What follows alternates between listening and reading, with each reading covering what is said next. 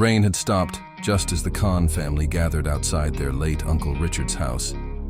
The air still carried the scent of wet earth and rusting iron. Richard had passed away a month ago, and although he left behind a modest house and a few savings, there was one part of his property that had always been shrouded in mystery: the garage.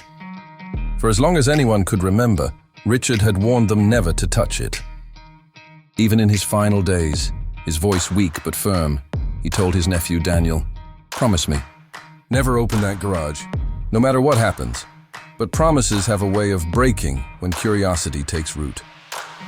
Now the family stood in front of the large rusted doors. Daniel's mother, Elena, shifted uneasily. "We shouldn't do this," she whispered. "Your uncle had his reasons." Daniel shook his head. "He's gone, Mom. If there's something dangerous inside, don't you think we should know? What if it's toxic? What if it's valuable? We need to see." His younger sister, Mia, hugged her jacket tightly. "What if it's nothing? Just old junk?" Still, the silence of the garage loomed over them like a warning. With a heavy breath, Daniel slid the old brass key into the lock.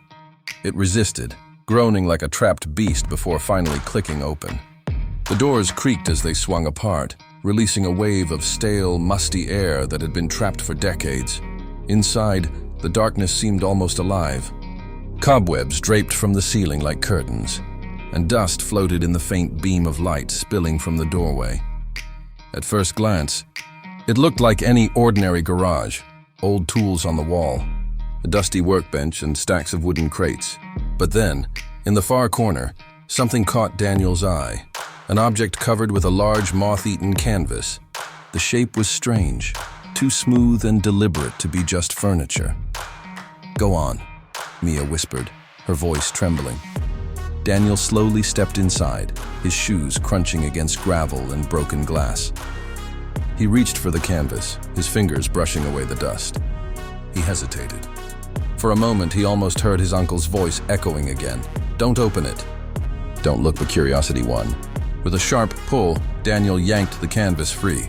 The family gasped. Beneath the cover sat a gleaming antique car, unlike anything they had ever seen. Its body was polished chrome, untouched by time, and strange symbols were etched into the hood like runes. It looked both modern and ancient, as though it didn't belong to this world. This shouldn't even be here," Elena muttered, her face pale.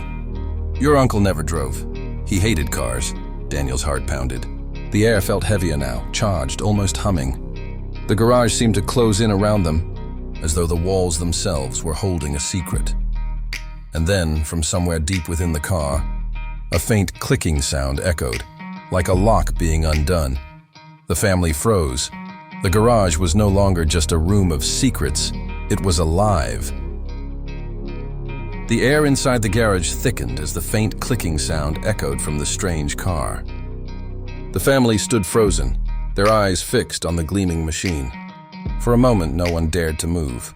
Dust swirled lazily in the beam of light from the open doors, catching the faint shimmer of the car's polished chrome. Daniel swallowed hard, his fingers twitching at his side. Did you hear that?" Mia clutched her brother's arm tightly. "It came from inside," she whispered, her voice breaking. "Cars don't make that sound when they're off." Their mother, Elena, stepped closer, her eyes scanning the odd engravings on the hood. The symbols looked almost like letters, but none she recognized. "This isn't just some antique," she murmured. "Your uncle? What was he hiding from us?" Daniel crouched down, inspecting the tires. To his shock, they weren't worn at all. The rubber looked brand new, as if the car had just been manufactured yesterday. But Uncle Richard had locked this garage decades ago, long before Daniel was even born. "How is this even possible?" Daniel muttered. "This thing hasn't aged a day," Mia pointed toward the windshield. Beneath the thick layer of dust on the glass, faint shapes glowed, symbols like the ones on the hood, softly pulsing with light. The glow flickered, then vanished. Elena took a step back. "We shouldn't be here. This feels wrong. Your uncle warned us." Her voice cracked, fear creeping in. He didn't want anyone to touch this because he knew it was dangerous. But Daniel's curiosity outweighed his fear. He reached for the driver's door handle. It was cold, unnaturally cold, like metal left out in a snowstorm. The moment he touched it, The clicking returned, louder now, almost rhythmic, like the ticking of a clock. Suddenly, the garage lights overhead flickered on by themselves. The family jumped. No one had touched a switch. The bulbs hummed, filling the space with a sterile white glow. "Daniel, stop!" Elena shouted, her voice trembling. "We need to leave!" But it was too late. With a slow hiss, the car door unlocked and swung open by itself. A wave of air pushed out, stale yet oddly electric, raising goosebumps on their skin. Inside, the seats were wrapped in pristine leather, untouched by dust. A small panel on the dashboard pulsed with blue light, like a heartbeat. Mia covered her mouth. "It's alive." Daniel leaned in, his reflection staring back at him in the polished dashboard. Just as he reached toward the glowing panel, he noticed something else. Tucked beneath the driver's seat, wrapped in an oil-stained cloth, lay a notebook. He pulled it out and carefully unwrapped it. The leather cover was cracked with age, but the handwriting inside was unmistakable. It was his uncle's.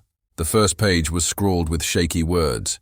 "If you are reading this, it means I've failed. The car is not of this world. Do not let it wake." Daniel's heart skipped a beat. He looked at his mother and sister, their faces pale and horrified. But behind him, the car's dashboard flickered again, this time brighter. Something had already begun. The notebook trembled in Daniel's hands as though even the leather itself carried a pulse. His eyes darted over the words, but his brain struggled to process them. "Not of this world. Do not let it wake." Behind him, the car's dashboard flared brighter. Blue light filled the garage, casting eerie patterns on the walls.